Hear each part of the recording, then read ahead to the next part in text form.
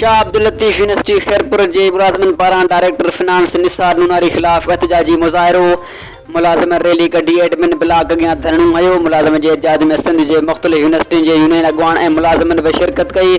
मुज़ाहिरीन पारां director finance ऐं registrar खे फौरन हटाइण ऐं दाख़िल केस वापसि वठण जो मुतालबा न मञायो त एहतजाज जो दाइरो वधायो वेंदो। मुज़ाहिरीन रिपोर्ट वकार अहमद मंगरियो, स्पेशल रिपोर्टर खैरपुर।